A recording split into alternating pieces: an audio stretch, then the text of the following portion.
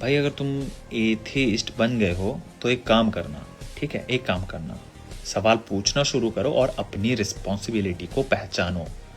तुम रिस्पॉन्सिबल हो चुके हो अब। अगर तुम्हें रिस्पॉन्सिबिलिटी से दूर रहना है, बन जाओ ना एथीस्ट, फिर से भगवान के ऊपर फेंक दो। चलने दो समाज में जो चल रहा है, क्यों दिक्कत हो रही है ना, करने दो अपने ऊपर किसी को भी शासन, बिना कुछ सवाल पूछे। इसीलिए भाई तुम रिस्पॉन्सिबल नहीं हो अपने लिए, अपनी गलतियों के लिए, कि हम सबसे भी कोई ऊपर होगा। अबे होगा तो तुम्हारे जीवन में थोड़ी आ रहा है, नहीं कर रहा है हस्तक्षेप तो भाड़ में जाए ना, वो मर जाए, तुम्हें क्या लेना देना उस भगवान से।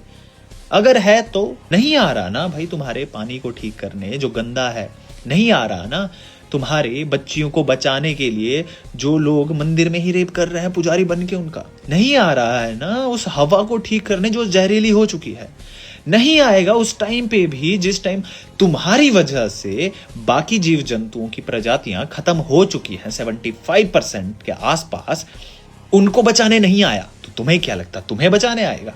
नहीं आएगा।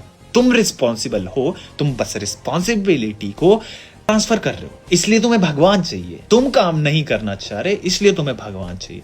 सुधर जाओ अभी भी, वरना प्रकृति जब मारेगी तुम्हें थप्पड़ तुम्हारी ही गलतियों के लिए, जब एक्सट्रीम वेदर इंपैक्ट्स को तुम संभाल नहीं पाओगे, खुद देखोगे अपने बच्चों को मरते हुए अपनी आंखों के सामने, अपने माँ बाप को मरते हुए अपनी आंखों के सामने, तब तुम्हें समझ आएगा कोई ऐसी एंटिटी नहीं है।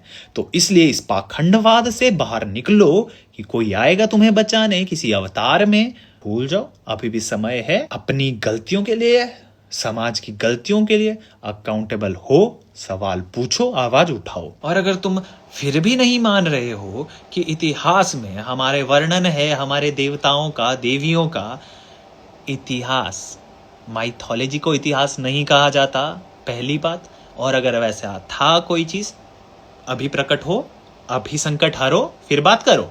सिंपल सी बात, अभी की बात कर रहे हो, अभी के टाइम पे, तो अभी ही हमें बात करनी है। इसीलिए ना भाई कुछ लोग होते हैं जो जबरदस्ती घुसेड़ घुसेड़ के विज्ञान को शास्त्रों में डाल रहे हैं और वैज्ञानिक बने हुए हैं, बस उनसे बचो।